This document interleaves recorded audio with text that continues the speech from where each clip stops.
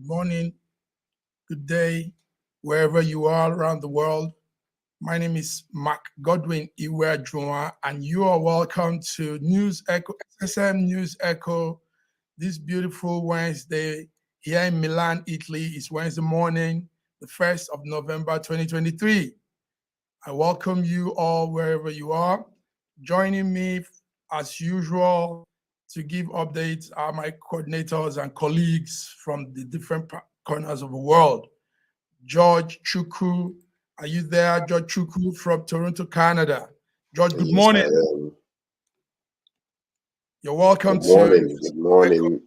Yes. Good morning, Mike Godwin, and good morning, viewers from around the world. We want to welcome you to our show this morning. It's going to be a great one indeed, so stay tuned. It's going to be a great one indeed. You're welcome, George. You look nice, cool, smooth. How's the weather in Canada? It's cold, a little bit cold. It's very cold, yeah. And we are having the holidays here. Today is actually a holiday, and we are home. A lot of people are home, and families are also out eating and celebrating the Halloween. It's Halloween here in Milan, Italy. Okay. Our Halloween was last night, actually. Okay. So we were all right, George. George, you're welcome. So, viewers, you're tuned into SSM News Echoes. Today, Wednesday, is our Global Africa update. And before we go into the discussion, George, let's go through the newspaper headlines today, what we're seeing this morning. One thing that concerns us, we saw this morning, is Nigerian ambassadors, envoys and ambassadors in the various countries around the world. They are complaining that, yes, they've been asked to return, but they can't.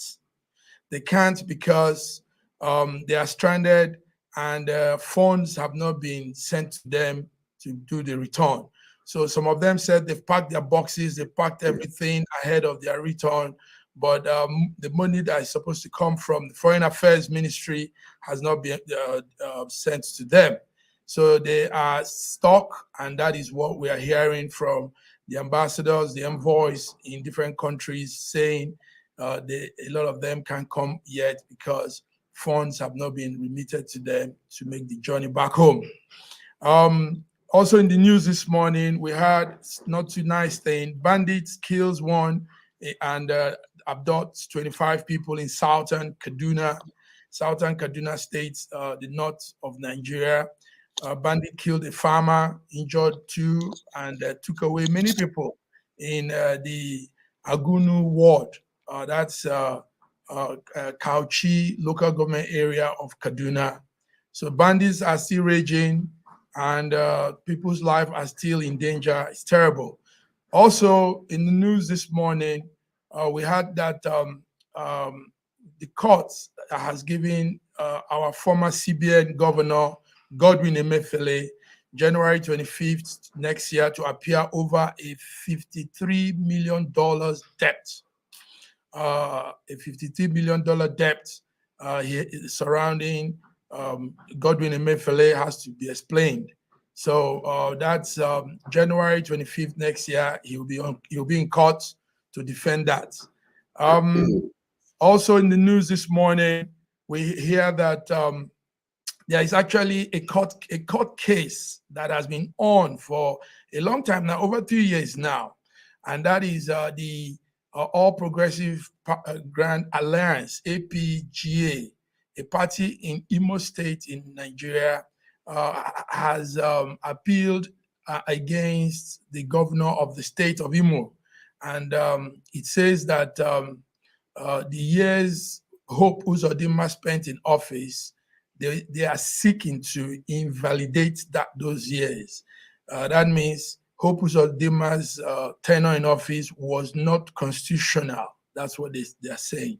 So this case has been in court for 3 years, but it's coming now to light, and we will follow up with that to know what is happening with the case from APGA application over the removal of Hope Uzodinma from office.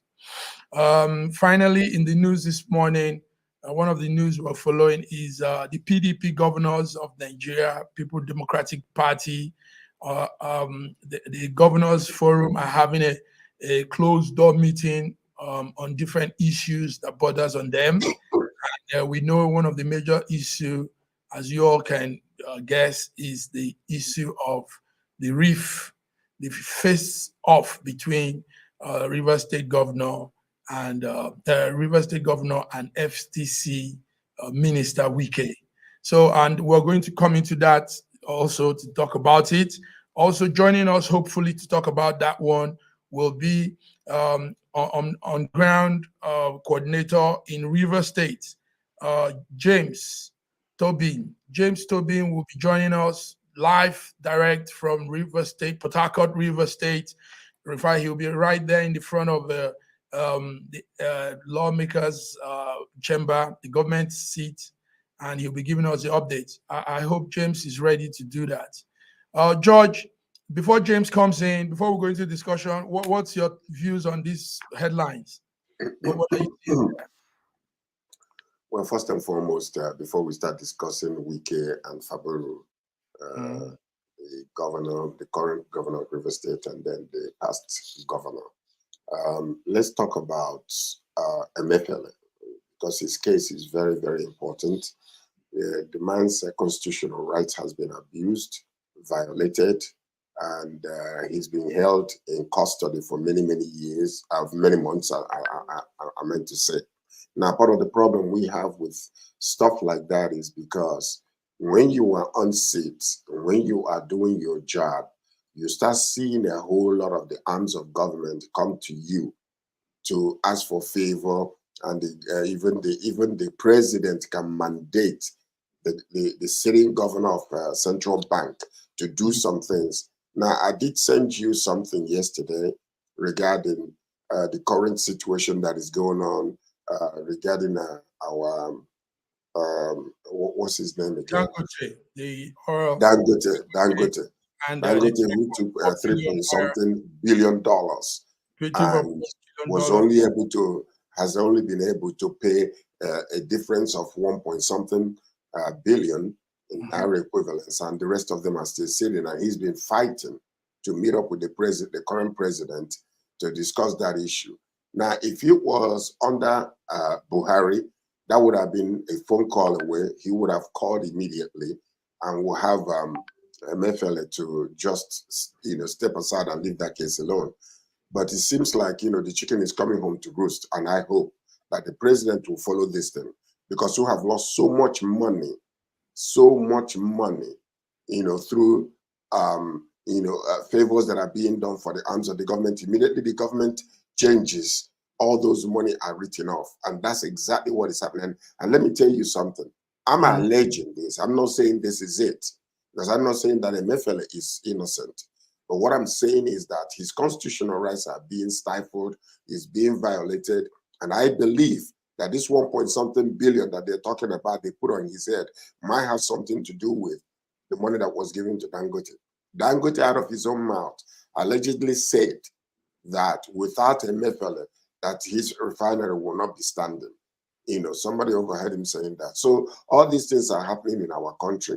And I'm praying that our current president will follow up with this and don't do any justice or, do any favors for these people that are, taking our money and running away with it. We must be accountable to the things that has been done in the past administration, and they must be brought to order. Thank you very much, George. Before we continue, lots of things to talk about today, George. But we have our coordinator there in Lagos, Nigeria, the beautiful one, Bidi Nana. Bidi, good morning. Good morning, Massive Mike. Good morning, Sir George. Good morning, our viewers all around the world. Thanks for joining us again today. Let's do it like always. Let's do it like always, Bidi. It's good to see you. We know when there is a time change, we have this time change. We know it affects you. We are really sorry for the inconveniencing you, but thank you so much for what you do for Nigerians in diaspora. Thank you for putting out your time, your energy, your space to do this for us, keeping us abreast with situations. Okay. Also, gentlemen, lady, we have right there in Port Harcourt, River State, is somebody that will be giving us updates on what is happening because the heat is still on. You all know about the face-off between the governor of River State, present governor Sim, and the former governor that is now minister of FCT. So he's on his way to the state house, but I think he can still hear us and say some things. James Tobin, can you hear us? Can you see us? Can you connect with us? Yes, We yes, can see you I'm clearly. with you, sir. I can hear you clearly, sir. Okay, you're Yes, sir. driving. Okay, let's give you time to get to the state house where you'll be reporting from. We want to hear all that's going on there. So let's give you some time and we'll connect with you again. Thank you, James. Thank you, James.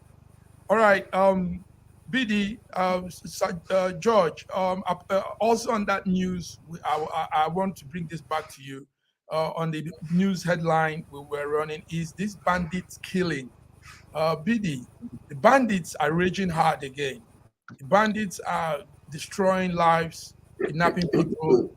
What's your take on that, BD? Is on the news headline before we go into the discussion. The bandits raided yesterday in Kaduna State, injured people, killed people, and kidnapped people. So we thought this thing will begin to subside. Why are we seeing an increase in banditry and terrorism and all of this? PD. You know, when we say the bandits is raging again, I smile, I laugh, as if there was a time they stopped. They never Yes, there was stopped. a time they stopped during the There was election never season. no. That was media. That was media work. They never stopped. Hmm. They never stopped for 1 day, for 1 minute. They've been there. You know, we have a way of, changing the narrative to suit us or to suit a particular situation. We want it at a particular time. Do you understand? As long as I'm concerned in Nigeria or West Africa, bandits never stopped. They've been there. And the thing is this, that even in as much as Nigerians tried everything to change the government, to see if the change of government will actually stop or even reduce the oppression of these bandits. Unfortunately, they didn't succeed. Do you understand? Bandit never stopped. Now, if you remember, as of 2 days ago, yesterday, statement said that if Nigerians don't arise, that very soon that we are not going to have youth in Nigeria again, because the way all these bandits, Boko Haram, CC are recruiting Nigerian youth, that if we don't arise and do something, that will run out of youth, because they are doing everything to recruit all these youth. And what are those things they are doing? They provide them, they make a lot of promises to them. They'll give them good life. They'll make life easy for them. And yes, they do. From the beginning, they will give them, they will entice them. This bandit, this Boko Haram, they're like a man wooing a woman. You know, when a man wooing a woman, he will give you everything. And you will think that, oh, he's going to continue like that. But when you accept and you now start asking the what's happening, the man, it's like when campaigning an election, you don't expect me to do what I do when I'm campaigning after I've won election. That's exactly what happens to all these bandits and Nigerian youths. They promise them a lot of good things and which they provide for them. Thank you very much.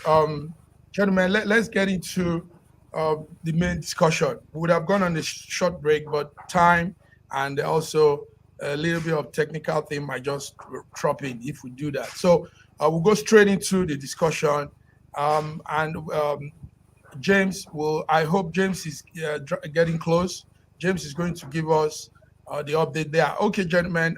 We all saw what happened on Monday. We woke up on Monday morning to see the crisis in River State. It took a different dimension when the governor of the state also claimed that he was shot at and tear gas were aimed at him. Nigerians across the globe has been speaking. everybody is concerned. What is happening in River State? What is happening in River State?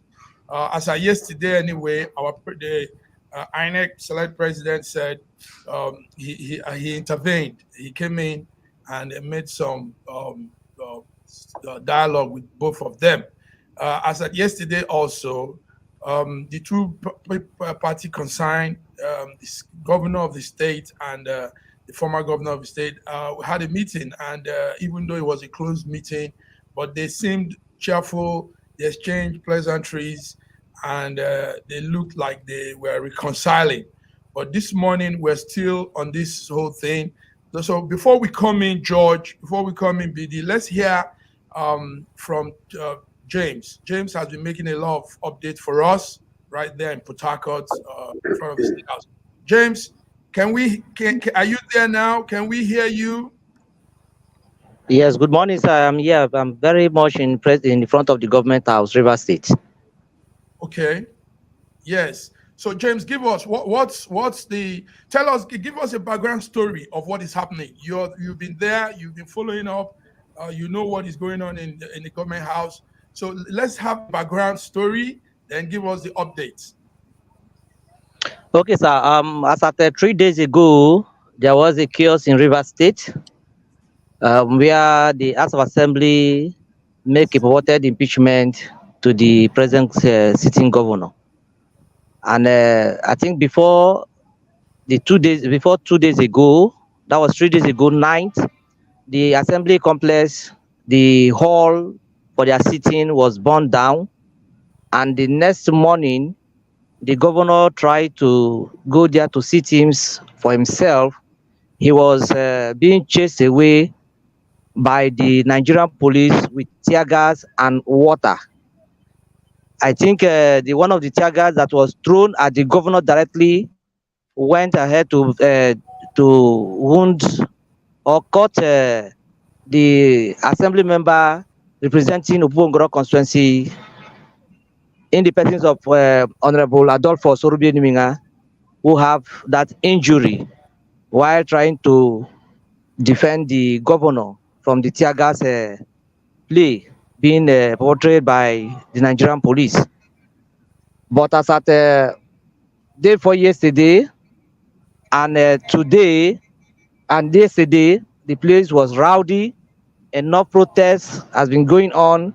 Solidarity walks with the governor has been going on. But as at this morning, right now, as I speak to you, I am in front of the government house. But I think there is a ease at this place. There's not much pressing for the protest, but people are still hanging around these premises. Okay. That is what we can see.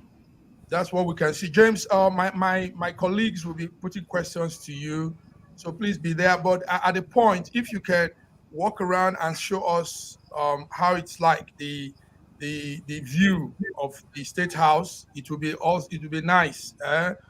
Viewers are watching, they are listening to you, and we are curious. Nigerians in diaspora are also curious at the situation in River State. So, James, my own question is this: why was there this sudden, from nowhere? What happened? Why was there this sudden brief, sudden face-off? Why did we begin to hear the governor make those strong statements on Monday? Some things he was saying, and listen to what some people were saying. This is what we were hearing from the street, that the issue, the core issue there was the former governor wanted to have control over the state and the present governor. James, is that true? Why this face-off? What caused this? Yes, that is true. That is true. With the all of my understanding in this issue, it's like when a governor, the sitting governor, abandons some projects, and the next governor that comes in want to revive those projects, it becomes an issue. It's like bringing back the legacy of Rotimi Chubike Amechi. I think one of the major challenges in this issue is revamping of the Songhai farm. where the governor went to Ogoniland to see the Songhai farm for himself, and has already given the order that the farm should be revamped. That is one of the major problem. Secondly, the strange company that is being built by the immediate past governor of Rivers State. I think that also is a major challenge, where the governor doesn't want the past governor doesn't want the sitting governor to touch those projects. Thirdly, the River State Microfinance Bank, the River State Microfinance Agency, is also being financed with 4 billion naira to assist small scale businessmen. I think that is also the major challenges. And the last one I can think of is appointing of commissioners without waiting for the immediate past governor. These are the major issues that people are ranting, that we know, we have seen, that is causing the major problem. And we are also hearing background on that the ring road is also an issue. Ring road is also an issue. Oh, we just lost James there. I think that's James' next network. Okay, gentlemen, you're all hearing James speak live. He's a Rivers coordinator, and he's been following all of this from the beginning. George, what can you say from your corner? What's all this? It doesn't look good, George. It doesn't look good. Power corrupts, and absolute power corrupts even more. You see, Governor Wike has finished his term. He's now the head of the FCT. And what in the world, it's been all over the news what he said. What if the current governor does not, obey you, or whatever the case might be? He's like, is he serving me? But you see, what is happening with some of these people is because the kind of power that they have given to them corrupts them so much, they feel that they can control things even after they leave office. Now, I'm not saying that there should not be any coordination between the current governor and the past governor, but my question I was going to ask James is this particular project that is trying to be revived, what is the Governor Wike's problem with it? Is it because he was trying to do the project for himself, and then when the current governor wants to revive it for the state, and he's getting upset? What's the problem? Because it doesn't make any sense whatsoever that the past governor is trying to continue a project that the former governor left, and the former governor is getting upset and wanting to, even to the point of killing him or whatever the case might be. I don't understand it. So that's one thing I wanted to ask James, and let him clarify these type of things. Good, and that's a very pertinent question. Yes. James, can you hear us? Okay. Yes. George, yes, I can hear you. Sorry, the network here is very bad. Oh dear, it's okay. We understand that's Nigeria. Oh dear. It's okay. So, James, what I was going to ask you is, why is ex-governor Wike angry that Paburu is trying to reinstate or restart the project that he was doing? Is it because Governor Wike wanted that project for himself personally, that he was actually doing it for the state? Or now that the current governor wants to revive it, you want to fight against it? What would be the problem with Governor Fabulu reinstating that particular project? What do you think is the problem there? I think, sir, the problem there is, a lot of youths of Rivers State has been clamoring for employment and empowerment. Now, this is what the former governor of Rivers State has promised the youth, that after the completion of the strange company, that there will be employment and empowerment of Rivers people. Now, the former governor has completed the project because he commissioned it before he left office, but the company is not working. And I think this present governor, I've seen a lot of youths walking in the street without anything, without doing anything. And he feels maybe revamping this place and giving employment to the youth will be the best of Rivers people. And I think at this point in time, the reason best known to the immediate past governor why he doesn't want those things to be revamped. Because like the Songhai farm, the immediate past governor said that it is of no use to Rivers State.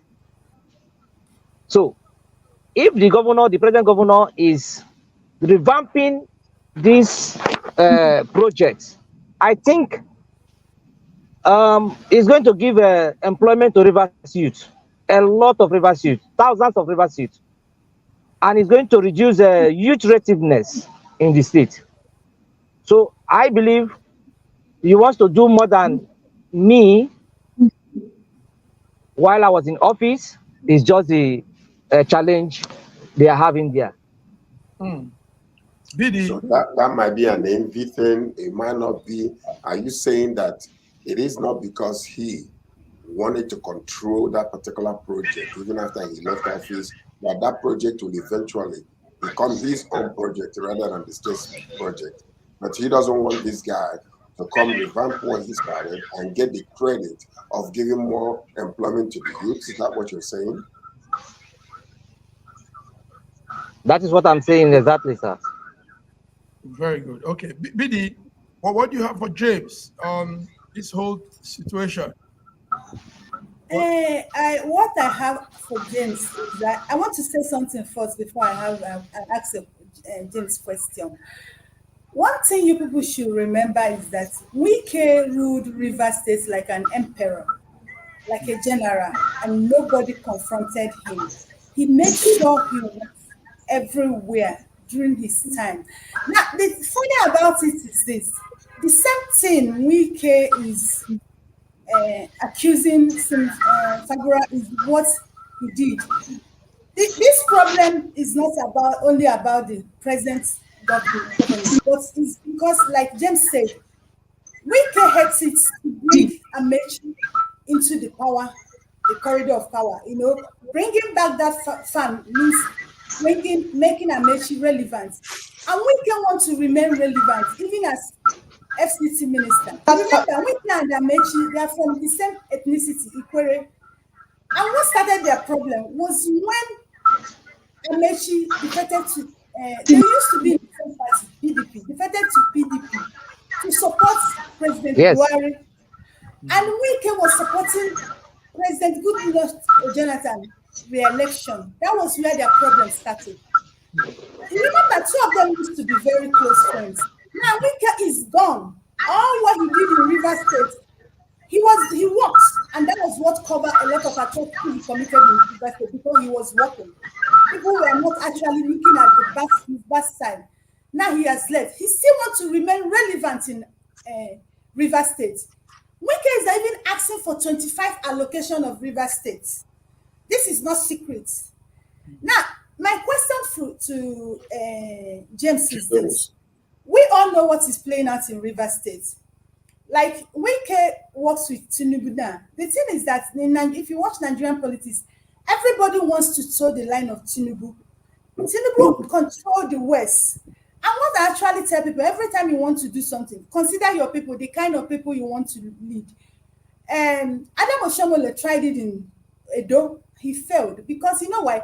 Edo people are not Yoruba people. Now, my question is this. Wike now want to be like Tinubu in River State. That's just the thing. He wants to be relevant. He wants to control everything. Now, my question to James is this. From what I've seen happening there, the youth of River State is already divided in the face of poverty. What they want to, well, a majority of them are not even speaking. They are not working for the good of River State. They are working for their pockets. How long and how far do you think this can go in making sure that River State works for the people and not for the individuals for their own personal interests? Thank you very much, ma. I can tell you without any provocation that Rivers youths are wise. The youths are ready to take their destiny in their hands this time around. I can also inform you that as at yesterday, some youths went to the former speaker's house to tell him to vacate the premises. Now, they were arrested. Over 200 Rivers youths were arrested. We are going to stand against it, because right now we don't know what the Nigeria police is doing. Which side are they at this point in time? Because even some of them were being shot at directly. I can tell you that some of them are being shot at directly. Some of them are still in detention as I speak to you this period. But we are coming out in a full force with a protest that Nigeria police should release all our youths. It is not as usual. It is not as it is before, that one man will be controlling the destiny of Rivers youth. No, the Rivers youth are wise. Rivers youth, as I'm talking to you, Ambassador Chijoke Nwo is the chairman of the National Youth Council of Nigeria, is also in the cell. He's also in the cell. He's been arrested. His building, his house was being destroyed. He was attacked, almost to assassinate his life. He escaped assassination 2 days ago. This is how bad it is in Rivers State. And the Rivers people, the Rivers youth have said, we don't want this again. We want to take our destiny into our hands. So the Rivers youth are, whether if you see they are divided, I think the majority of the Rivers youth are in the side of the present governor. Okay, gentlemen, please. I want us to go on a break. We have to go on a break. Let's go on a break. James, please hang on there. And next time we come, maybe give us a better view of the State House or a view of yourself. But let's go on the break, gentlemen, and we'll be back. Viewers are listening. Viewers, we are tuned into Wednesday morning SSM News Africa. And we'll be going on a break now. We'll be back on more updates in Rivers discussion and some other news. Thank you.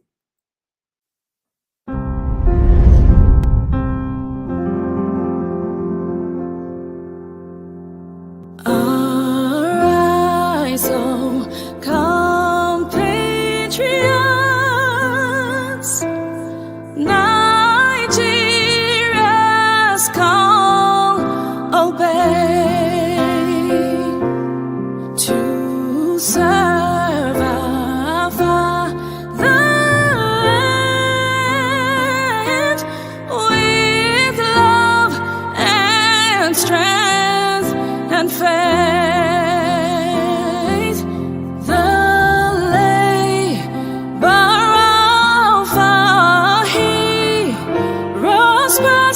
Shall never be in vain, to serve with heart and might, one nation bound in freedom,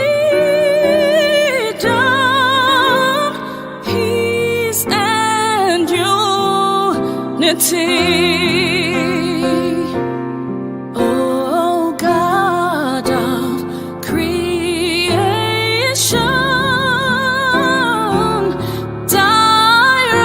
This country has some of the most extraordinary culinary diversity in the world. I'm talking about Nigeria. This first dish is amala abula, made popular by the Yoruba people in southwest Nigeria. It starts with amala made from dried yam and then is covered in a variety of soups. Next we have ofe nsala, a white soup that is synonymous with the Igbo people of southeastern Nigeria. It goes best with fufu, or akbo as the Igbos call it. Next we have suya, the most well-known food of the Hausa and Fulani people of northern Nigeria. Meat is covered in a peanut-based powder called yaji and cooked over an open fire. This is banga and starch, a classic of the Urhobo people of Delta State. Lastly, we have onunu, a plantain-based swallow of the Izon people in South Nigeria. We are eating it with fisherman soup, popular throughout this whole region. And of course, we don't forget the jollof rice. This is popular everywhere in Nigeria. I think what makes Nigeria so great is the diversity of all the different people coming together. These beautiful ethnic groups living side by side, sharing culture and cuisine is what makes Nigeria such an amazing country to visit. Nigerians should be so proud of that cultural heritage, as there is so much more that unites than divides them.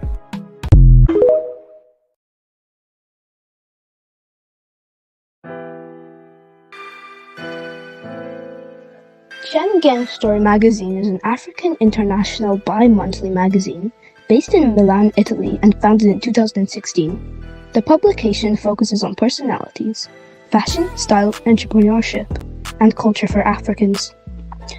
The articles on food, movies, fitness, music, travel, sports, technology, and books are also featured. Our lives full of best stories. A lot can happen in a month. Expand your mind, change your world. Get Schengen Story magazine's full editions. Celebrating Africans make an impact. Read better. The Inside Story. Your fashion magazine for a better lifestyle. Inspiring stories for you. Your monthly dose of entertainment. A better mind keeping you updated. Hashtag Schengen Story magazine. Get Schengen Story magazine full editions. Yes, viewers, you are tuned back to our program, Story News.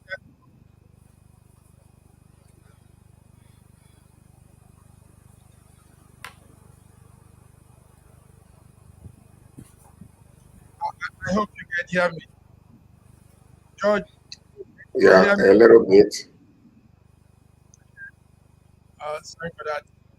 Anyway, we're back to the second part of News Echo Global Africa. Very between previous Governor Fubara and FCT Minister. Okay. Before we continue, yesterday as an update, we had that Governor has stepped in. Governor the president has stepped in. Tinubu has come in to intervene. James, can you hear us? Can we see you? James?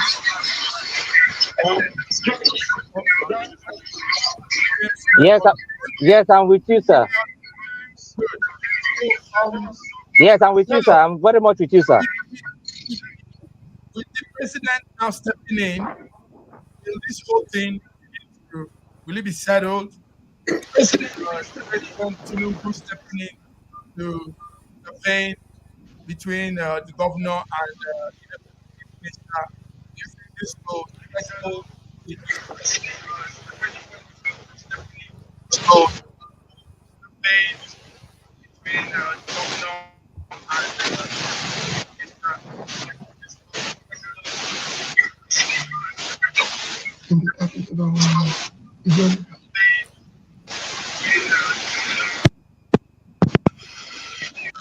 can you hear What's us, going on? James? All right, George. What do you think? The president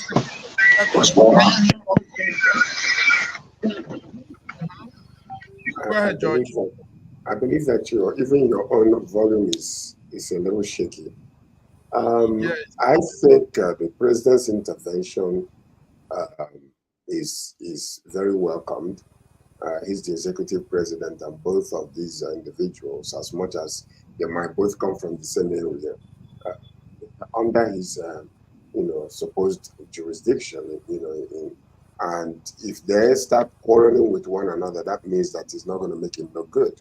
So I'm seeing some positive move with the president, getting involved to bring sanity to this whole entire quagmire that is happening down there. So anyway, it is a good move in my estimation. I think the president, I applaud him for getting involved. And besides that, anyway, yesterday also he was making mention of condemning some things that are people that are just trooping into, Aso Rock, and including condemning his son just coming without any authorization. So that is also very commendable. I think he's getting a little bit grounded in his position and the executiveness of his office. So that's what I would say. Do you think him condemning or calling out his son and saying he shouldn't be in the FAC meeting, do you think that has anything to do? Because we were here when we saw the young man take our presidential plane jet to watch polo game. We were here also when we saw him handling the inaugural party, the inaugural event, the presidential inaugural event was spearheaded by the son. So, what don't you think is just some talking, making people feel he's still in charge and not BD? What do you say about that? That is what I call lip services. Mm, Nigerians will always be politically correct. It's just a statement that the president is making. It started from day one. He's just doing that thing to be politically correct. Oh, did I say it? Did I talk? Yes, I think I did. And he's giving his foot soldiers or his online soldiers something to talk about. Say after President cautioned his own son, so, but that's not it's not stopping anytime soon. Sheyi Tinubu has been at the helm of affair of everything. Do you understand? So it's not stopping anytime soon.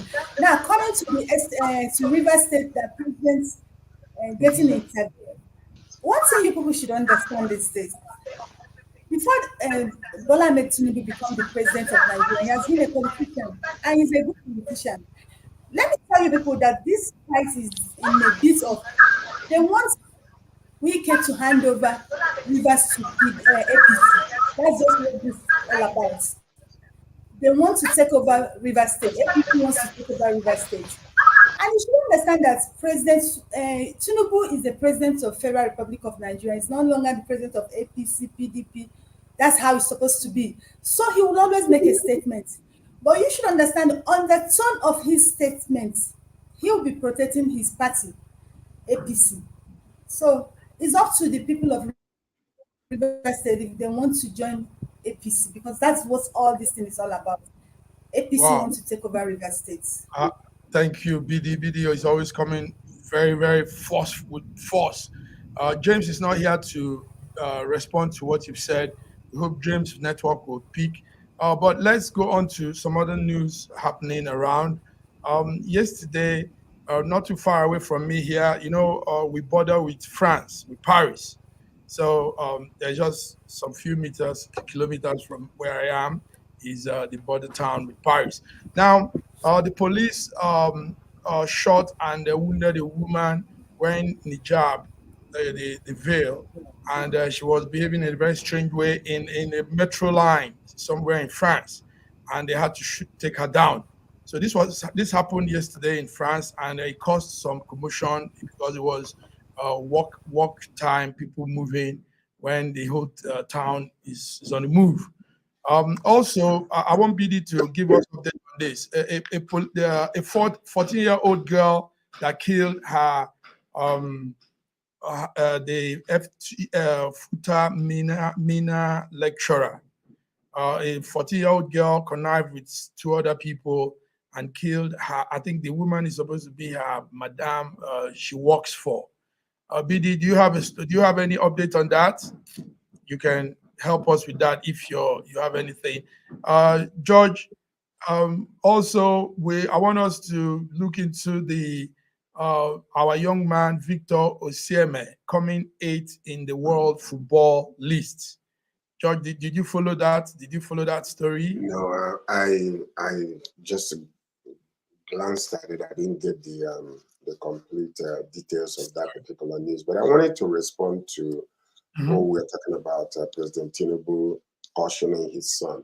Okay, sometimes we might get into this attitude of, always trying to bash somebody or whatever the case may be, even when they are genuine in trying to do something. Politics is politics. Family is family. We've seen it with Trump. He flooded the White House with his son, with his daughter, and the son-in-law, and all those type of things. So, but the point we're making is this: if Tinubu has seen this and don't say anything, then he'll be like, okay, it's normal, because nobody says anything about that. But now he says something about his son, publicly condemning, his presence in a meeting. Nobody saw him there, but he did. He brought it up. So in essence, really, I commend him highly for that. because this is just the beginning. And then possibly, maybe he's already curtailed, within. He might have already curtailed the attitude of the son using the presidential jet to go and do some, personal, things. So this is just the beginning. And if he said it publicly and then the son continues to do that, then we know that that's when we can condemn him and say, oh, well, it's just a lip service. I don't believe it's a lip service right now because he just brought it up when we didn't even know that the son was there. So I commend him highly for that. No. The media people knew the son was there. And the other members of the FAC, Federal Executive Council, knew the son was there. And quite some number of people knew the son was there. So even with that, for him to publicly condemn it internationally, because that message went all over the world, I commend him highly for that, because maybe this is the beginning of curtailing, those extravagant, careless type of moves that he's been making. So that's right. Yes, I get your message, George, and that's the fatherhood in you is also coming out to put things right as it should be. That's a good one, George.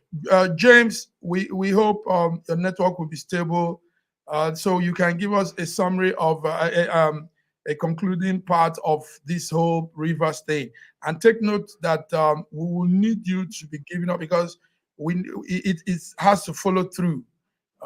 We know a lot of things will be happening. Presently, we heard that most commissioners have been taken off. Is that correct? Some assembly members have also been put. Is that correct? That is not unofficially. It has not been made public unofficially from the government. For now, it is unofficial. It has not been officially done by the government of the River State. But out of the House of Assembly, I think the Martins Amewule part suspended some 4 lawmakers, while the one standing with the governor also suspended, in fact, sacked the speaker, Martins Amewule, and elected their speaker, and also suspended some lawmakers from that angle. So it is a vice versa presently that is happening in River State right now. Okay.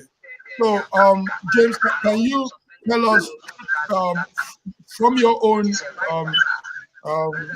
investigation, is it true that Wike demanded a certain percentage of money to be coming into his own account? 25% of the River State allocation, sir. Are you sure, James, that you're keeping to that? Yes, with our investigations so far with our investigations, and these are the things the Rivers youth are frowning at. These are the things the Rivers youth are saying no to. These are the things the Rivers youth want to stand against. That they want to oppress us, but they cannot oppress us this time around. The Rivers youth are wise. We have decided to take our destiny into our hands. George, you're hearing this live from the man on ground.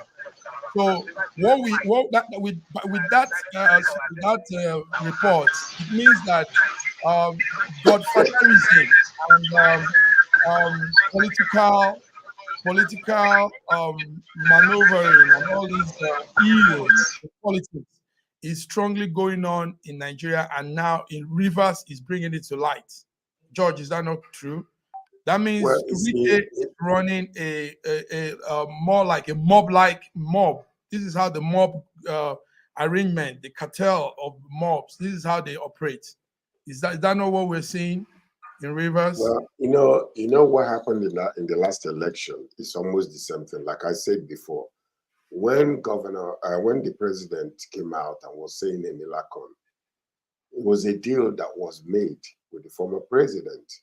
And I've said it, openly here before, where he came out and he didn't care. He was just came out to say, listen, it is my turn. It is something we discussed. He didn't say that exactly, but we understand the undertone. Therefore, and this has been the way it's been the way the government were running. It's a recycle type of a system where you decide behind closed doors who you're going to give it to, and then after the election, you go and write it. So when he came to his own turn, he felt like, well, I did you a bid. When I had a meeting with you and John Kerry, after the meeting, we made a decision, okay, you can go for 8 years. After that, I will take my own 8 years from the south. So when it sounded like Buhari was about to back off, he came out openly and he was ready to pounce. So now listen to this. Right now, the way things has been in Nigeria, there is a paradigm shift taking place. And maybe it can start from River State and then let that flame go through the whole entire Nigeria. Because what they have been trying to depend on is the status quo, how things used to be done. But when people are wisening up, and when people are hungry, and when people don't have no hope, you back them against the wall. The youths are doing what they are supposed to do. Enough is enough in that country. You can't have a handful of people controlling the destiny of the masses. You put them there and they just want to use the resources of the state for their own personal use. I'm very happy what is happening in River State. We're happy what is happening. Thank you very much, George. James, before we let you go, even though you'll be coming on this show as much as you can, I want to ask this question. This is a very, very strong one. So I want you to take your time to listen and answer me, answer the viewers that are listening to you too. Wike held River State for 8 years, 8 good years. And he was able to play the game very well. He has his network. He built very strong bridges among the influential people of River State.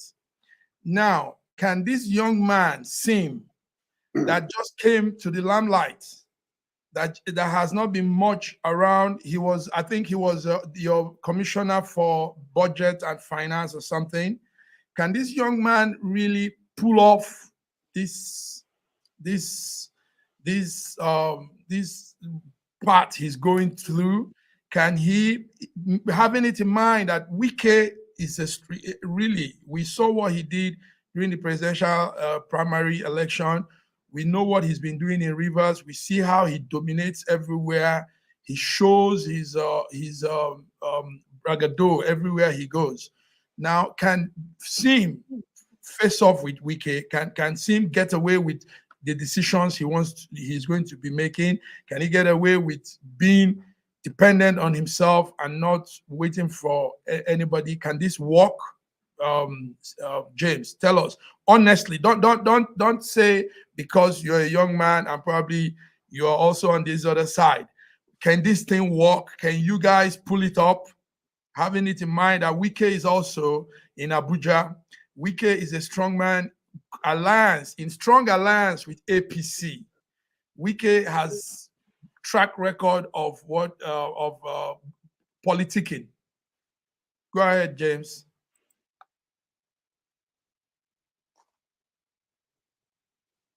Okay, hey. Yes. James, you need to. Okay, before James comes in, George, the same question to you. Do you think Governor Sim Fubara, do you think he can pull this strong?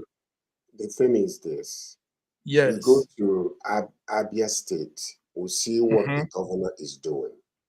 He's doing a fantastic job at the beginning. But it is not how you start that counts, it's how you finish. If he continues with that momentum, yes, indeed. Yeah. Now, with Fubara, I honestly believe that for him to stand up against such bullying and where he's going, I believe that he got some, strong backbone on him to understand, the demands of his office and what he's supposed to do. Because you see that, you've seen that with other governors and other states where all of a sudden somebody takes over. But the former governor wants to be the godfather and control everything that happens with the new governor. And most of them, when they understand what the demand of their office, they will always say, no, you cannot do that. So now that's what I'm seeing right here. And I believe that after this public explosion that is taking place, Wike needs to back off. He needs to back off, and yes, he needs to face what he is doing in Abuja and let this man be and let him continue doing the job that he's doing. All eyes on the governor of Rivers State, whether indeed he will, begin to do things differently than, some of the ills that, happened in the past. So, George, it's easier said, like the way you're saying it. I like the way you're saying it, but it's easy to say this. George, take note that Rivers State, Nigeria, is like the golden cow, the cow that brings the special milk. I mean, to be honest with you, this whole crude oil, mineral we have that we all put our eyes on, a major spot where it's coming from is that state. So it's not easy for somebody that has smelt the good smelling savory of the soup to just say, no, I won't have a piece of it again. Let me mind my business. Because I mean that state is the Can I say something to you? Okay, George. When George, Peter Obi came into the scene in Anambra, mm-hmm. What we say it's not easy. It's not easy. But before Peter Obi came in, we understood that the governor that was actually kidnapped in Anambra State, that they wanted to hijack, or I forgot his name, the senator right now, was the one who actually showed Nigerians that enough money, enough resources are coming from the federal government to do a fantastic job in the states.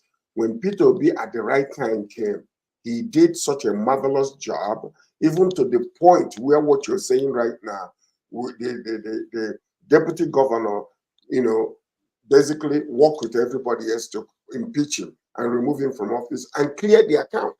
But yet he was able to come back again and finish some of the job that he did.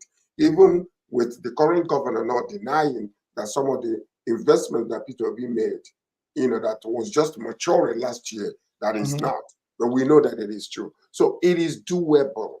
Is it easy? No. If it's easy, everybody will be doing it. That's why it's not easy. That's why you see a select few that can put their hearts down and want to serve the people with all their might and bring to limelight those resources that has been given to them by building infrastructures, employing youth, and doing what they are supposed to do. It's not easy, but all eyes are on them. Because if you continue, you can't be, thinking the same way, saying the same thing, and then doing the same thing and expect a different result. That is insanity, and that is the state of our country today. That's the state of our country today, George. You have pulled it up. James was giving us good updates, but we've been having slight network issue with him.